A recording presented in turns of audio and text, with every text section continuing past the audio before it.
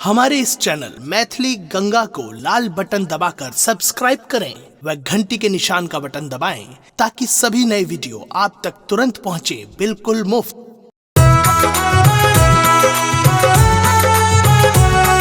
अपने सुन रही थी गंगा कैसेट की प्रस्तुति। चिल्हो स्यारो दुई बहिन बेटा लेल जितिया खेलन। चिल्हो स्यारो दुई बहिन बेटा लेल जितिया खेलन। किया हो रामा जितिया पावन बड़का भारी रे आहो रामा जितिया पावन बड़का भारी रे।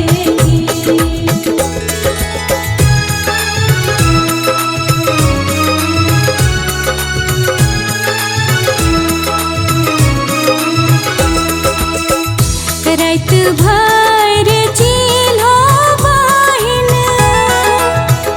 जित बहन के ध्यान केलखिन। रात भर चिल्हो बहिन जित बहन के ध्यान केलखिन। किया हो रामा स्यारिन बहिनिया हटिया चिबाए रे की आहो रामा जितिया पावन बड़का भारी रे की।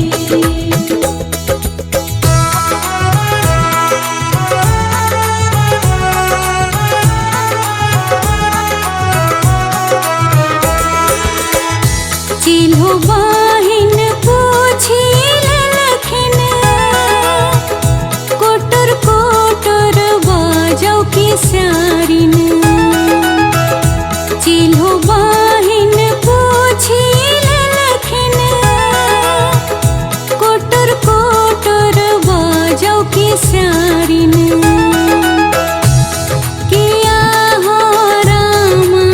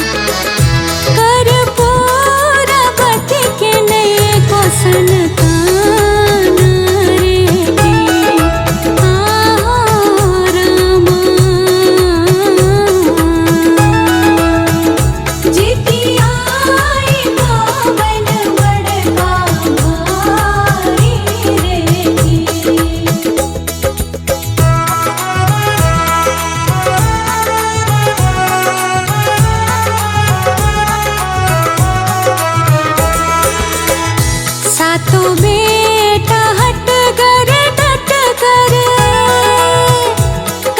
पूरा बती के मन जर जर। सातों बेटा हट कर डट कर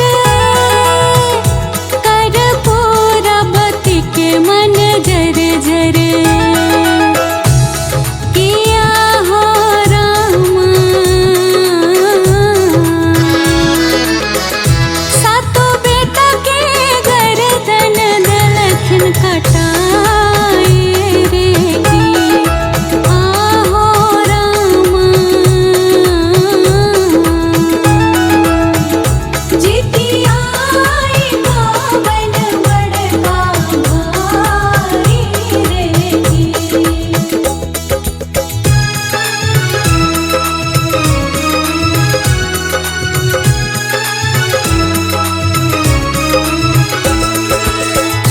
लाले लाल चंगेरा मंगेली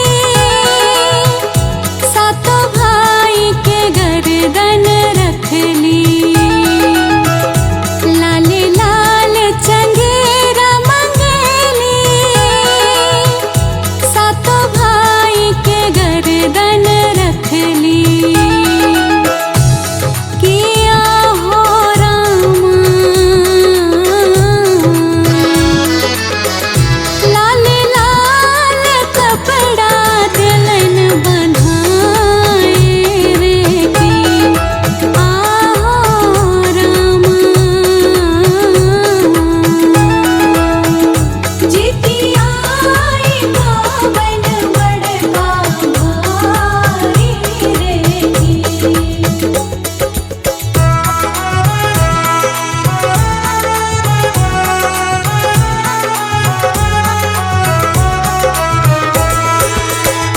सातों चंगेरा दिलखिन सिलावती घर में पठाए। सातों चंगेरा दिलखिन सिलावती घर में पठाए। किया हो रामा मने मने कर पूरा मुस्कावत रे की। आहो रामा जितिया आई बावन बड़का भाई रे की।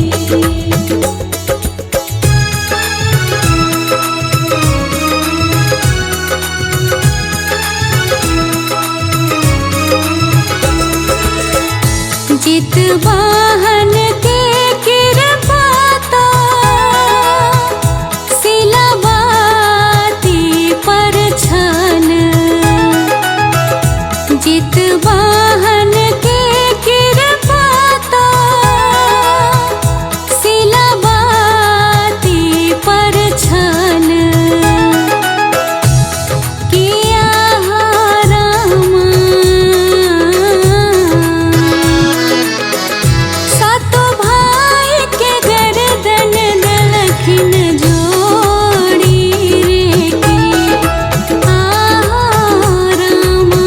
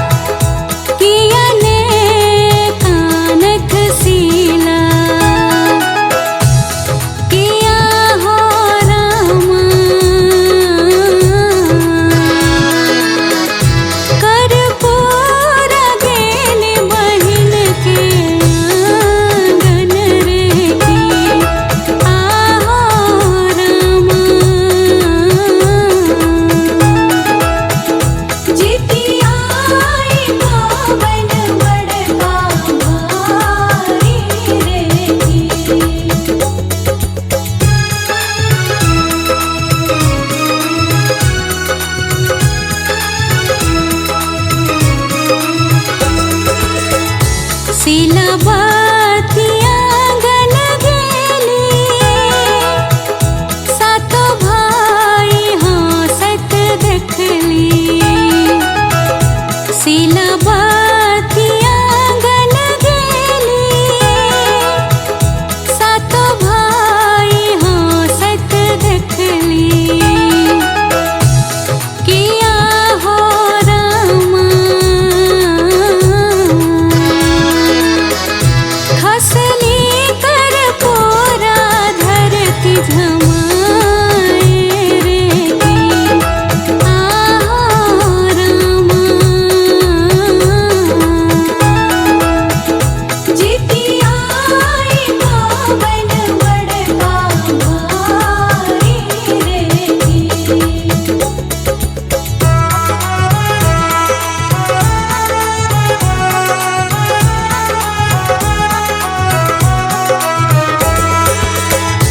मन पारी दिल खिन सीला पिछला जन्म सब लीला मन पारी दिल खिन सीला पिछला जन्म सब लीला किया हो रामा जितिया के व्रत तू केले नाशरे की आहो रामा जितिया पावन बड़का भाई रे की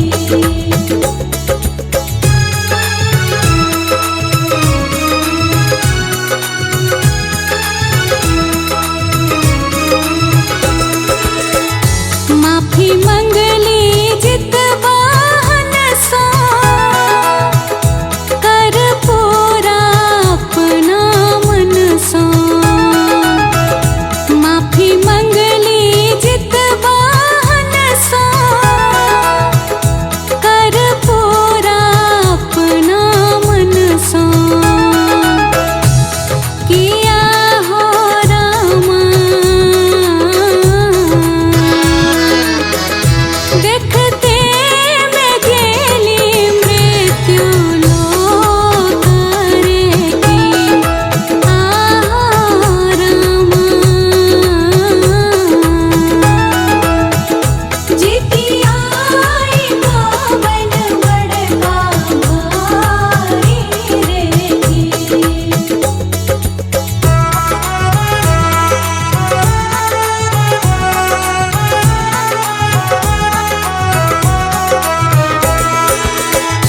जितिया के व्रत जे करे संतान जुग जुग जीवे जितिया के व्रत जे करे संतान जुग जुग जीवे किया हो रामा सब पर जित वाहन करथिन कृपा रे की आहो रामा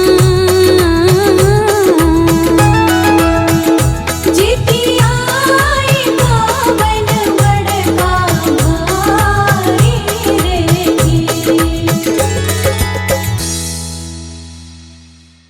हमारे इस चैनल मैथिली गंगा को लाल बटन दबाकर सब्सक्राइब करें व घंटी के निशान का बटन दबाएं ताकि सभी नए वीडियो आप तक तुरंत पहुंचे बिल्कुल मुफ्त।